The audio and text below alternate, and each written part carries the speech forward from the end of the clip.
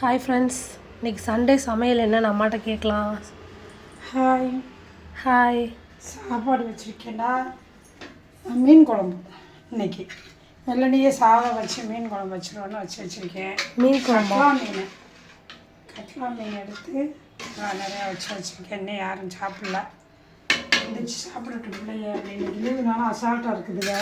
காலையிலே சாப்பாடு வச்சாச்சா? சண்டே இன்னைக்கு மீனுக்காக நான் காலையிலே வச்சுட்டேன்.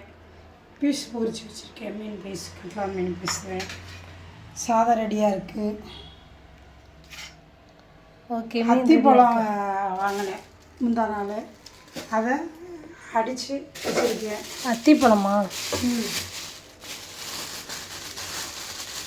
பாருங்கள் மக்களே, இது நாட்டு அத்திப்பழம். குட்டி குட்டியாக தான் இருக்கும். இந்த நாட்டு அத்திப்பழம் வாங்கினேன் 2-3 நாள். இங்கே பாருங்கள், இது எங்கள் பாப்பா. இது நாட்டு அத்திப்பழம், குட்டி குட்டியாக இருக்கும். இதை அப்படியே சாப்பிட்டா இனிப்பே இருக்காது. ஜூஸ் போட்டு தான் குடிக்கணும். பால் ஊற்றி அடித்து ஜீனி போட்டு ஜூஸ் குடிக்கணும். இது சாப்பிட்டா அதில் ஸ்வீட்டே இருக்காது. இது நாட்டு அத்திப்பழம், அதாவது சின்னதாக இருக்குது பாருங்கள்.